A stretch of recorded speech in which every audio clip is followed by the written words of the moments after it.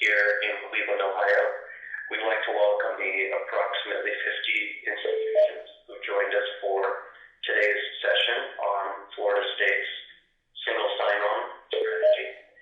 We'd like to specifically welcome the Virginia Community College System, Regent University, St. Petersburg College, North Dakota University System, East Central College, and a whole bunch of other institutions. We don't have too much time to name everyone that's in attendance.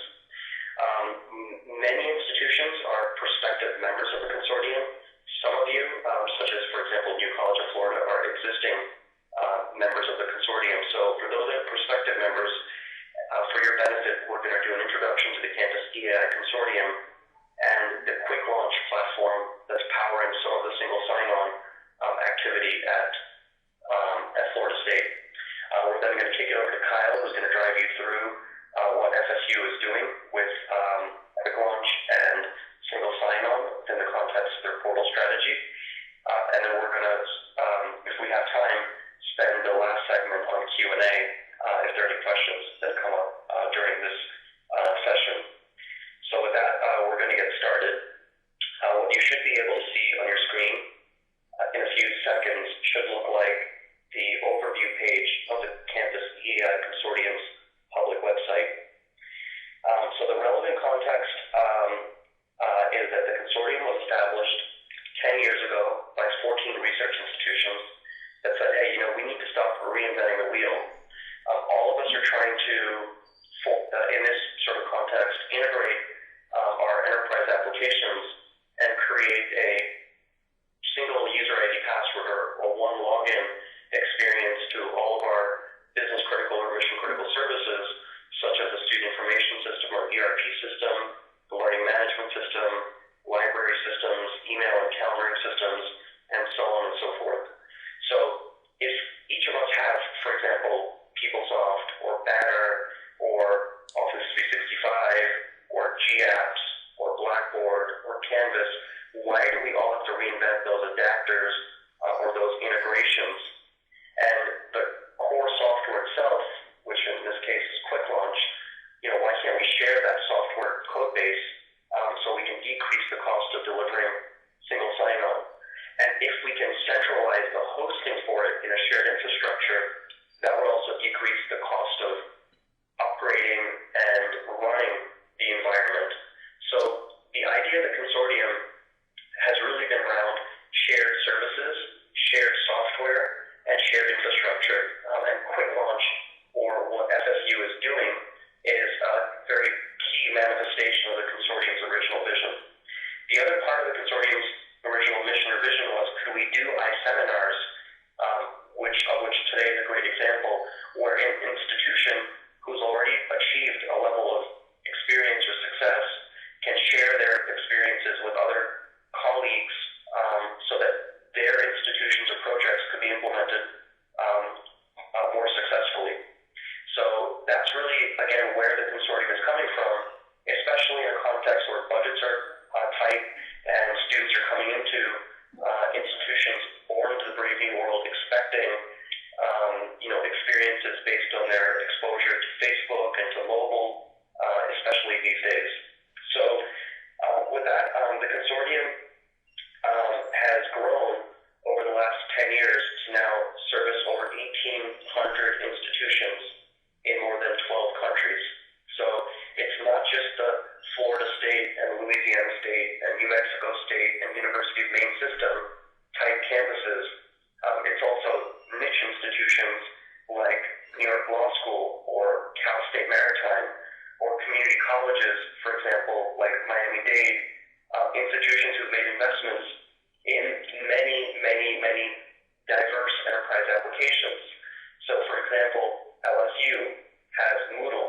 They have a homegrown student information system and ERP system.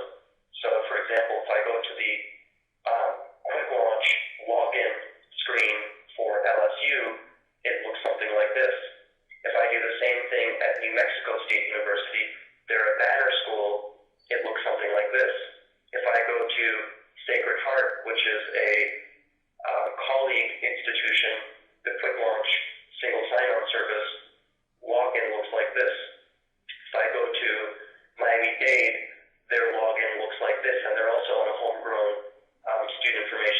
ERP system. Cal State is running on PeopleSoft like Florida State. Here's Cal State's login experience. So again, there are so many types of institutions that utilize QuickLaunch, and all the institutions that we will name today are all users of QuickLaunch or all users of the consortium's single sign-on platform. The institutions, of course, are predominantly in North America, but we have institutions like University of Sydney or Queensland University of Technology, institutions all over the Caribbean, like University of the Virgin Islands is still part of the United States, but for example, Cossatot, which is Trinidad and Tobago, or Ana G. Mendez System, for example, in Puerto Rico.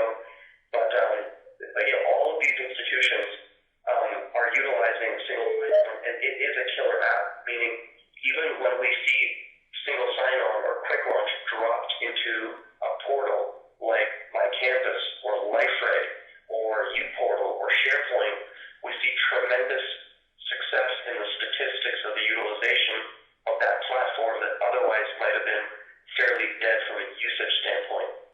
So again, this briefing will be about that QuickLaunch platform, but before we jump to that, I'm just going to round out some other elements. The consortium is involved with some other things around QuickLaunch, and I'm going to briefly share what those may be.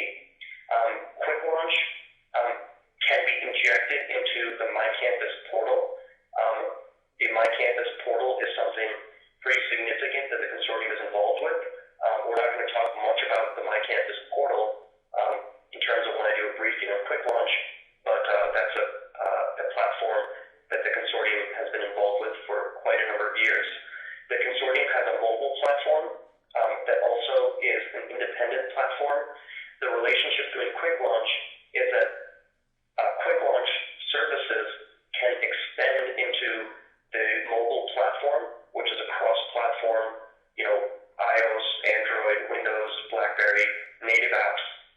That means that you could get QuickLaunch single sign-on from the mobile context if you want to extend QuickLaunch essentially access, and we'll get into that in a little bit. So you don't need to do that. You don't need to work with the consortium on mobile, but it's a very important user experience.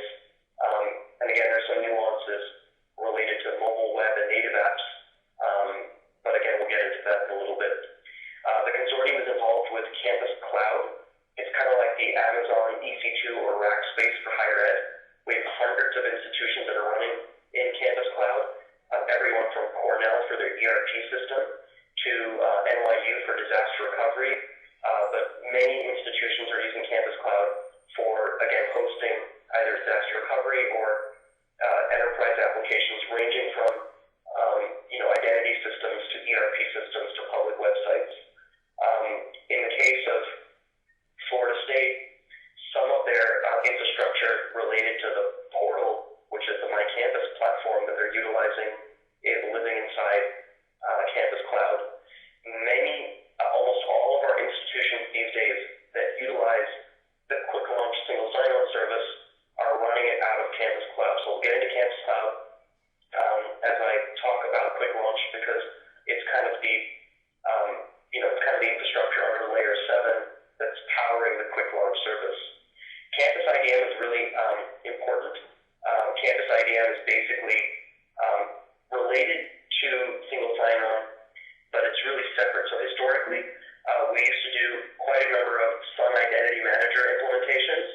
These days, all of our implementations of Campus IDM are with Microsoft Forefront Identity Manager. And if you look at the relationship between single sign-on and Microsoft Forefront Identity Manager, here are buttons that get to Campus IDM or to the Identity Manager. There are things like resetting passwords or users coming in and picking up their accounts. It's essentially self-service password reset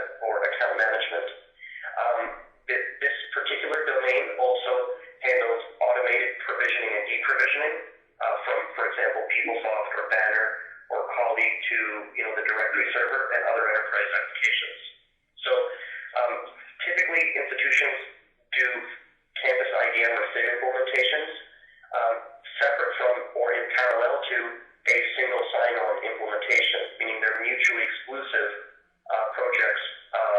And again, you can see with Cal State, here is their essentially quick launch or single sign-on login screen, and here are a few buttons that basically take them to their identity management environment. So keep in mind that your enterprise identity and access management project is an important project, but your single sign-on can be done independent of a SIM implementation. Now, the quick launch platform or the single sign-on platform does have a password management suite for being able to reset the passwords self-service. So it's kind of like competitive with SIM on that note. But if you know you're going to do or try to automate your scripts to SIM with reporting and attestation, then you're going to want to use SIM and not use the quick launch the quick launch password management suite. So if you don't need SIM's provisioning and deprovisioning automation, then it would be more cost effective and more seamless for you to use the quick launch password management essentially module. So again, at CSU LA, they brought together both of these projects, essentially their SIM project and their single sign-on project, to look like one service. And then the consortium is involved with Campus Health, which is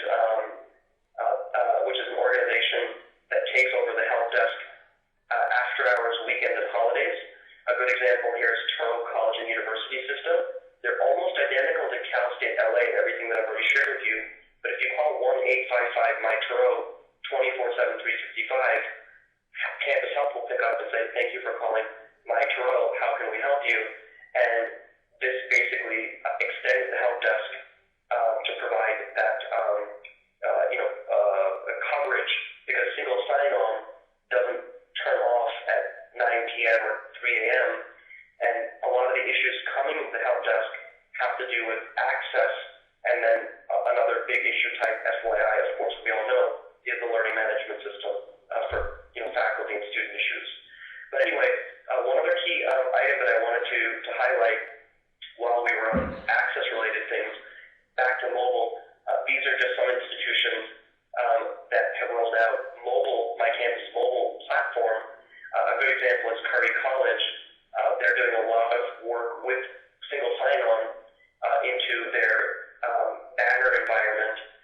And then you may say, hey, well, that's not that cool, because, who cares about a, weird vendor web screen? So for institutions like Edinburgh or New Mexico State, PeopleSoft shops like Nevada State, we've taken sort of a hold screen from Banner Web and really created native apps for hold and registration, add-drop classes, final grades, that type of thing. So we get it, meaning it's not that you just want the web experience, even if it's HTML5, you really want a native app experience. So, that's a little bit of an introduction to the mobile side of this story. The other thing that I think is important is that the environment, the single sign-on environment, can look very different from institution to institution upon login. So this is an example of what Quick Launch looks like after I log in. It's role-based single sign-on to my enterprise applications that I'm authorized to see. We authenticate against your CAS, SHIB, or directory, or multiple directory environment. If we run it in the cloud, we authenticate against 443 over a secure VPN, so you don't have to expose your directory server to the public internet, for example. It's not just single sign-on to, for example, PeopleSoft or Banner. From a student perspective, they don't really care about PeopleSoft or Banner. They want to get to registration or account invoice or account summary or view holds. So this is called deep single sign-on, and we grab the authorization attributes, ideally, for example, from the directory server, where you may know that the user is a student, and then we give them, for example, Gmail instead of Outlook Web Access, just as an example. That being said, the environment can also be injected into a portal or into other platforms. So here's QuickLaunch that's been injected into the My Campus platform or into Liferay at University of Laverne. So here is, for example, they have Blackboard, Gmail, Banner, and other enterprise apps, and then again, deep single sign-on into things like, degree, eval, or, for example, registration, add drop classes, or check registration status, and things like that. So, again, the point there is that QuickLaunch can be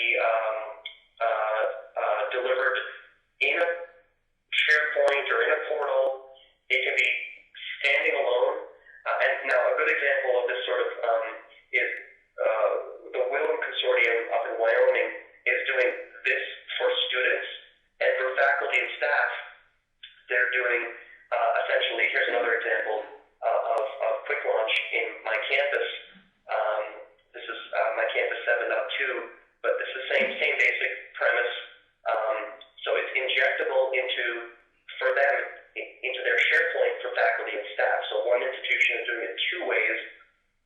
And then again, I talked briefly about its delivery via mobile. Also, the cool thing is when you log into your computer or into your domain, let's say, for example, you log into your computer and you click on single sign-on or the equivalent of, whatever that might be from a user experience standpoint, you can go right into the single sign-on service. So that's called desktop single sign-on. So mobile is an option. You don't have to implement it. Desktop single sign-on is an option. You don't have to implement it. That's going to come in phase 2. Now, the core in terms of from a architectural standpoint really looks something like this, which is, just visually, I wanted to sort of connect the ideas. So this is an example of sort of from Sacred Heart. This adds to this QuickLaunch single sign-on screen. Here is your password management module, which is part of QuickLaunch, but here's where you can replace that with these two blue boxes, which is really SIM, for example. QuickLaunch is typically, for example, authenticating against a directory server, let's say Active Directory as an example, and once you log in, the way that QuickLaunch works is through a series of adapters. So just as an example, Blackboard, we have 5 adapters for Blackboard. CAS, SHIB, Blackboard building block space adapter, a non-Blackboard building block space adapter, and I believe there's one other adapter for Blackboard 9X as an example. So we really need to understand your application's existing context. Oh, the non-common adapter for Blackboard was the 5th.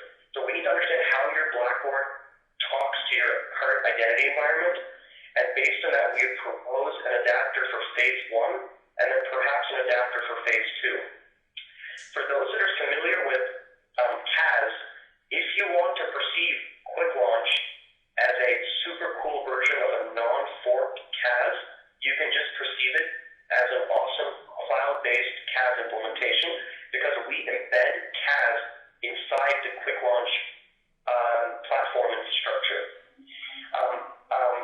For campuses that are familiar with SHIB, we basically, like for example, for a state SHIB IDP or for Internet to in common apps that you want to tie into your single sign-on strategy, we hook into SHIB IDP or multiple SHIB IDP deployment.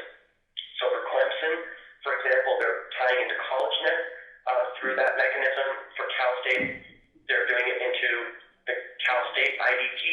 For Fairfield, they're doing it into Internet 2 in common.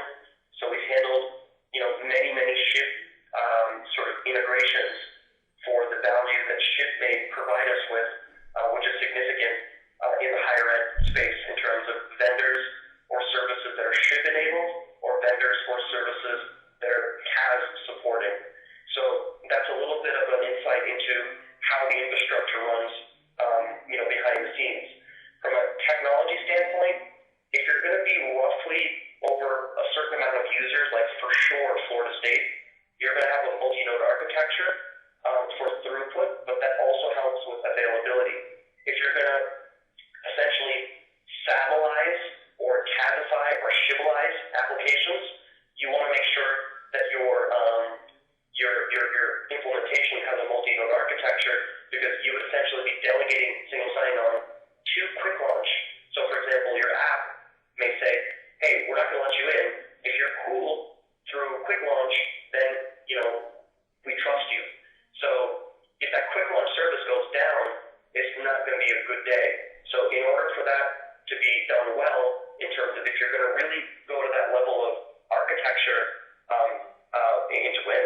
Travelizing, Cabify, Shipalizing, you're going to want to run a multi-node architecture. So, our biggest institutions are at 100,000 FTE. We spend a lot of time on performance, and we spend a lot of time in security. The environment runs layer 7 OWASP protection with Security Center. That's a key part of the platform. But I want to say one more thing about Florida State and Kyle's team. They're not just a user of this stuff in terms of My Campus or QuickLaunch. Florida State and Louisiana State have been partners with the consortium on the enhancement of QuickLaunch through its current instantiation and future releases. So that's kind of a FSU as not just a consumer, but a product development partner, which is an important note. Now, from a technical standpoint, the reason why we do and can do the stuff that we're doing is QuickLaunch is built, I think, in a really cool technology setting. The environment is at the RESTful web service. That's why we built it once, and we can deploy it in My Campus portal. We can deploy it in SharePoint. We can deploy it in mobile. We can deploy it independently, because it's just a JSON RESTful web service. And then the front end is just HTML, CSS, and JavaScript, which means we can also make it look however you want it to look from a design standpoint, not just changing the colors. So when we hire developers, these are lightweight web services developers with lightweight Java exposure in terms of Spring, Hibernate, that type of thing. That being said, you can connect apps that you may have written in any programming language. Like, for example, we did the first 10 or 12 single sign-ons for University of North Carolina. They've done the next 70 or 80 on their own, and most of those are single sign-ons to homegrown PHP apps that they have written in-house. So, that's a quick footnote. And really, we have a lot of our institutions, they don't want to get involved in adding and removing single sign-ons, so they just create a support ticket.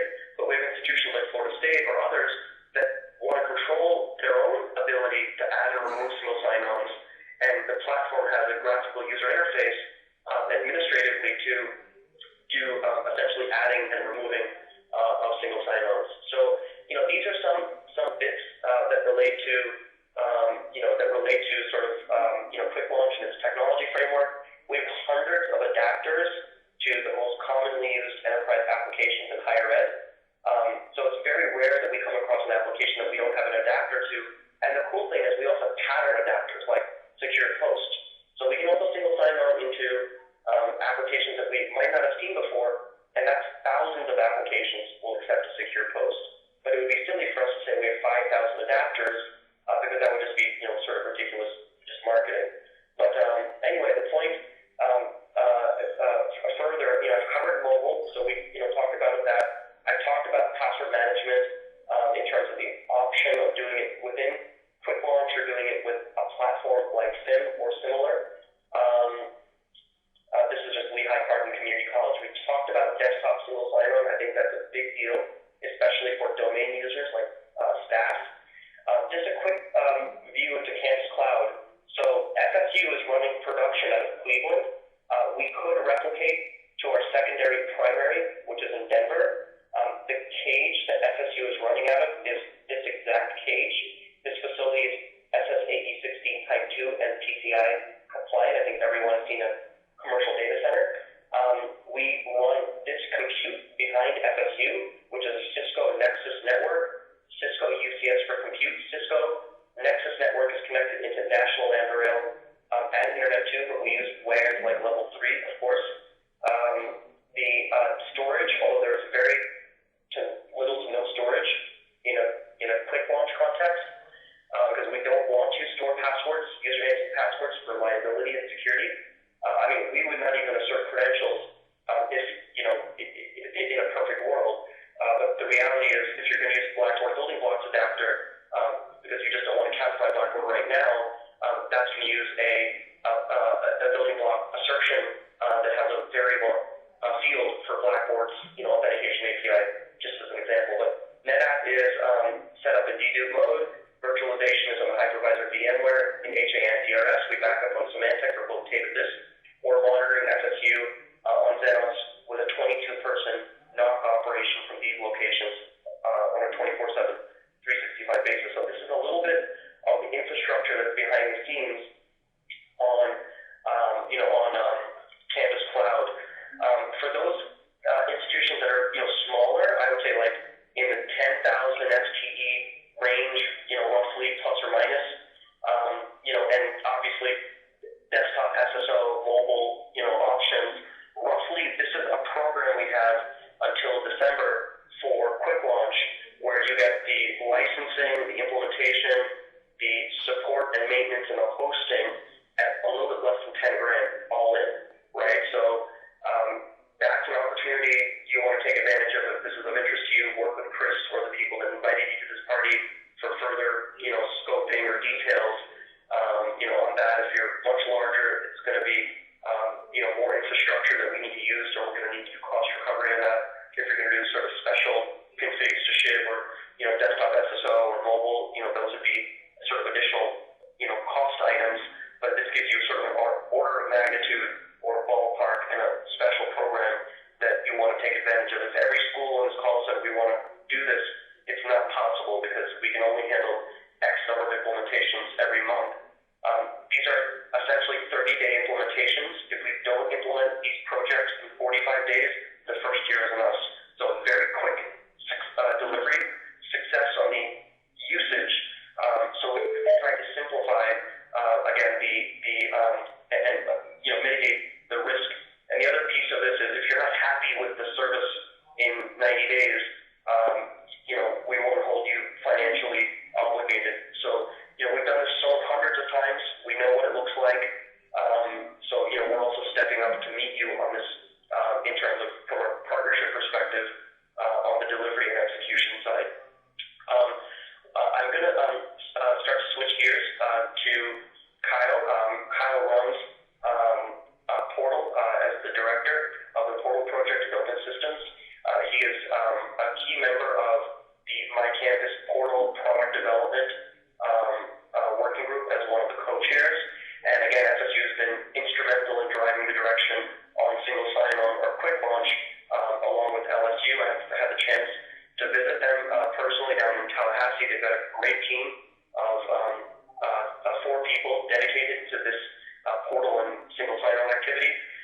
And I'm going to let Kyle sort of take it over from here and walk you through what FSU is doing. Kyle, the stage over to you. Thank you, Peach. I guess they transparent control the screen to me now. Okay, good. Let me know when you can see my screen and which screen you're looking at. Oh, that one.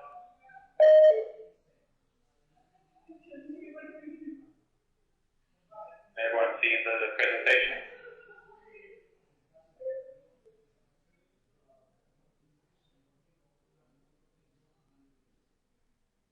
Peach or Chris, can you see it? Yes. Okay, good. So thanks for the introduction, Peach. Just a quick overview of Florida State. My name is Kyle Gower-Winter, and I'm the Associate Director of Portal Systems at FSU.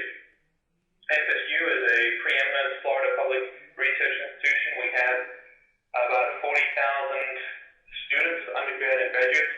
If you would include employees, you're looking at about 45,000. And we were founded in 1851, so we've been around for a while.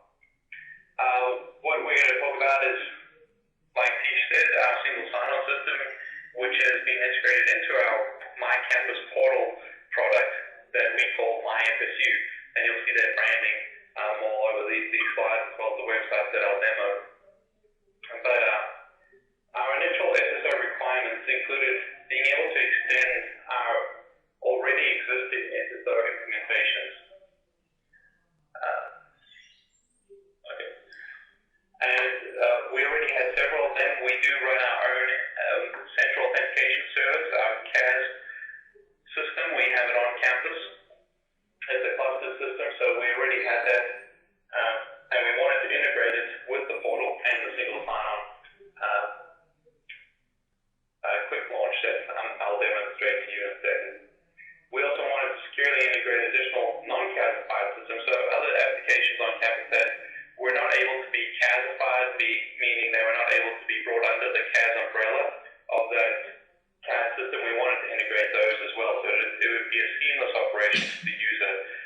we had already managed to cross-authenticate users to multiple applications using CAS, but we also had the project requirement of wanting to bring other applications underneath that SSO.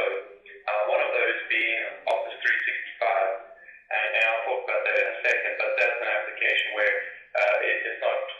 we have not been able to CASify yet. So the process included determining which applications used across the university would be included in the SSO. It was just a process of data gathering and specking out what we wanted to go into this SSO. And then, of course, interrogate each of those applications, those systems, and find out what's going to work best, how are we going to bring them into this SSO centralized sign-on place. So we narrowed the list down. We have more in this, but some of the major applications are, as I mentioned, Office 365. We employ Office 365 for students, and we use Exchange 2010 for our staff and faculty. So those two systems have to be in this SSO app. Our backend system, our ERP system, is PeopleSoft. It's also our student information system. We use PeopleSoft for both.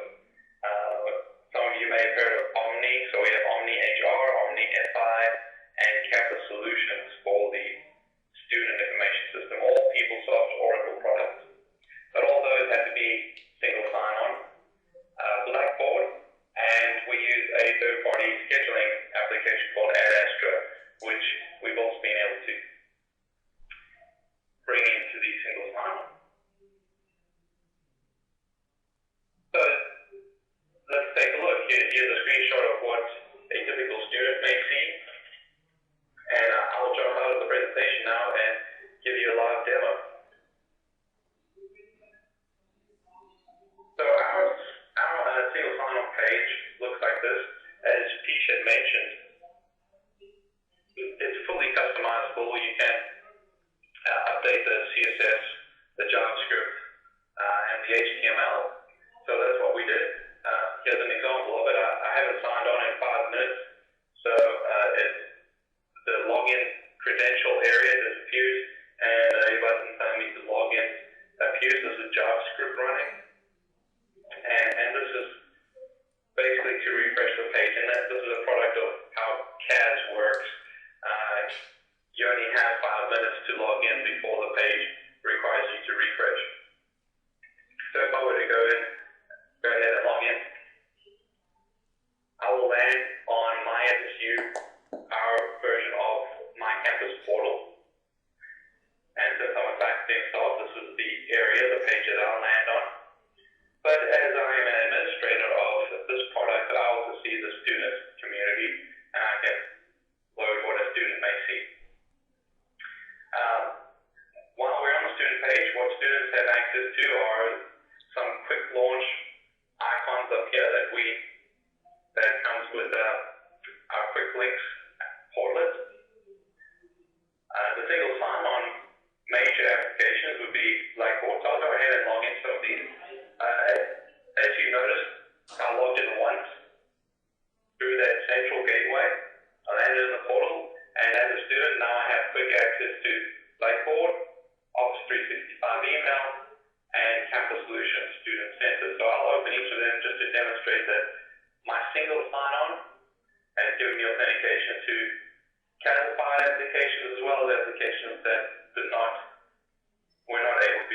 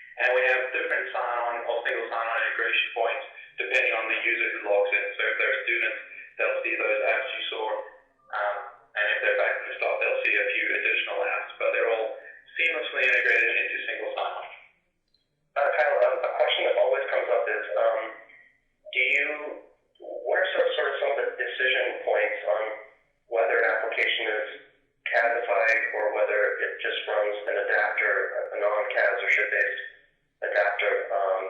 If both options are available, what are some of the sort of deliberations that go on in choosing what approach is best to take in a particular application? Well, we have a mandate that we want every application that can be in the CAS family be CASified.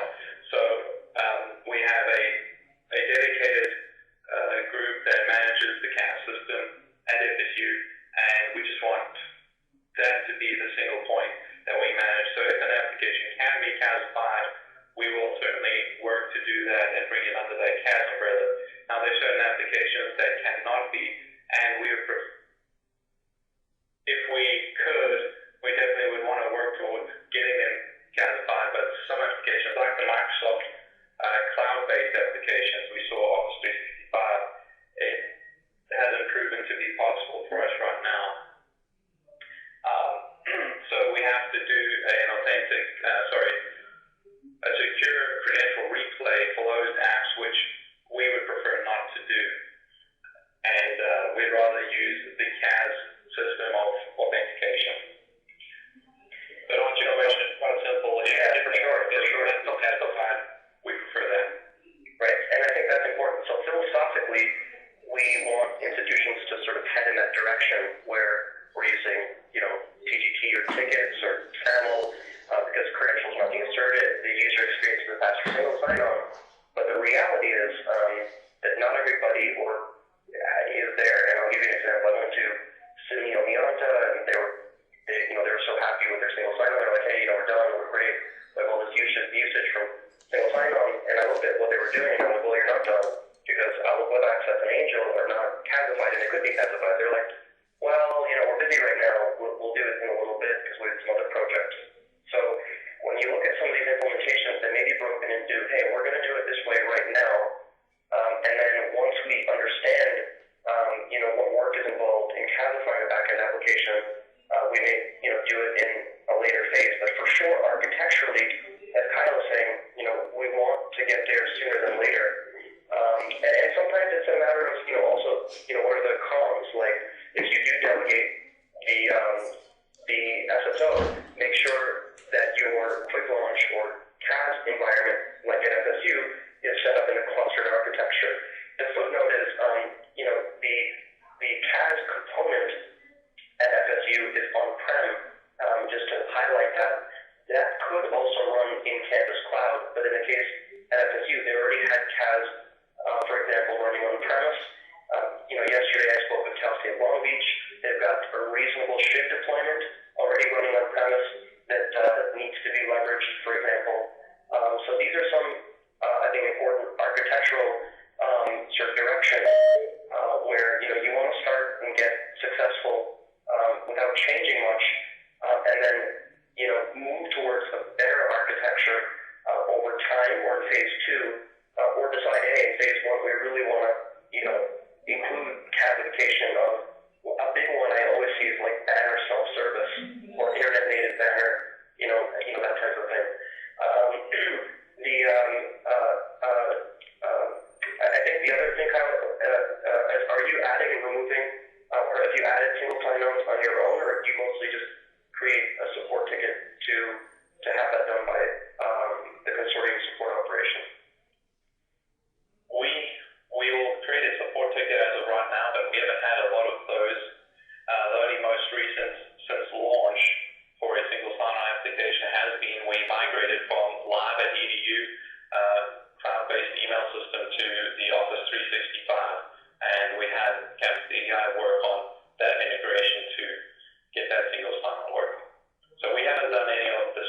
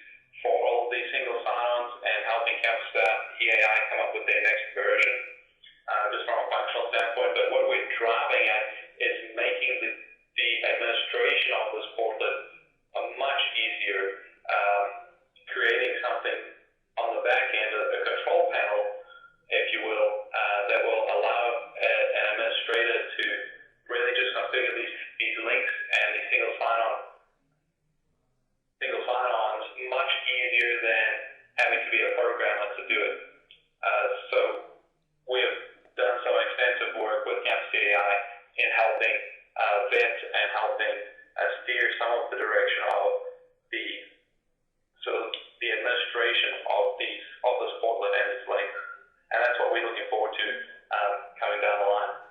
Right, and I think that I would define this, FSU has been driving a lot of the user experience enhancement to QuickLaunch in terms of being able to enable the administrative side of it to be much, much easier to use, which I think is great.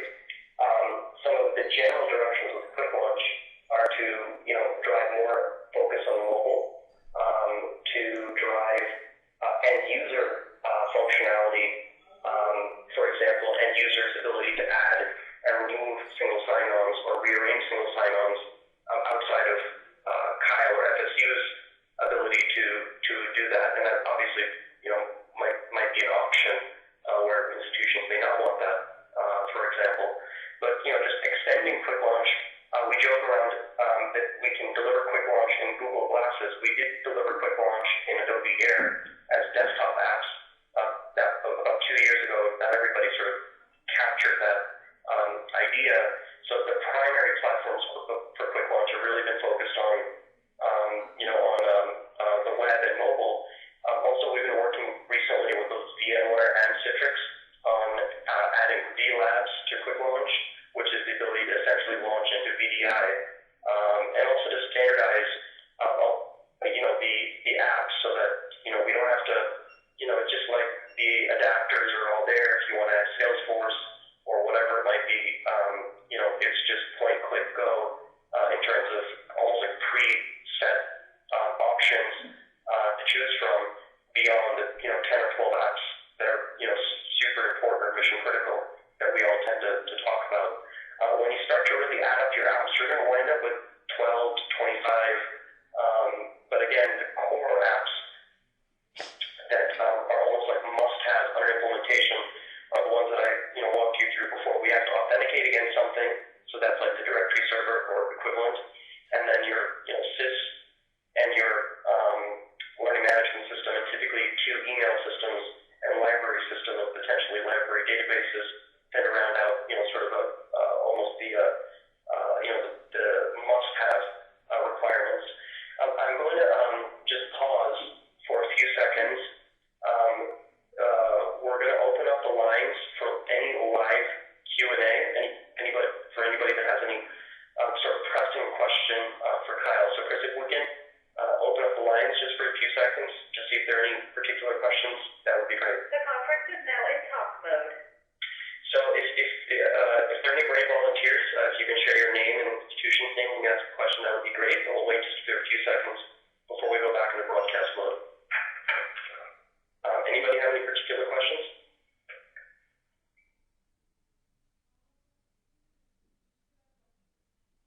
Everyone good? Okay, let's take us back into presenter mode, Chris. The conference is now in silent mode. Okay, for those of you that have posted in the chat tool, a few of your questions are around particular integrations, and I just want to rattle them off really quickly to answer some of your questions. So a couple of you asked about Banner. If you want to do single sign-on self-service Banner, typically you can do that based on Banner being tied into LDAP or LDAPification. Lucian's direction is CAS, so we would do CASification of self-service Banner. We have a couple of organizations that do that really well in terms of high quality, very cost effectively. You could do that on your own, or you can go to Lucian. If you do IMB single sign-on, it's slightly different. You need to set up BEIS, specifically the SSO manager component, to enable single sign-on within the Banner environment. So that's kind of an important footnote as it relates to the couple of institutions who are talking about the Banner self-service. We don't see a lot of IMB single sign-on. We see almost SSB is mission critical from an execution standpoint. Keep in mind the live EDU. I think this is a question that's come up. Live EDU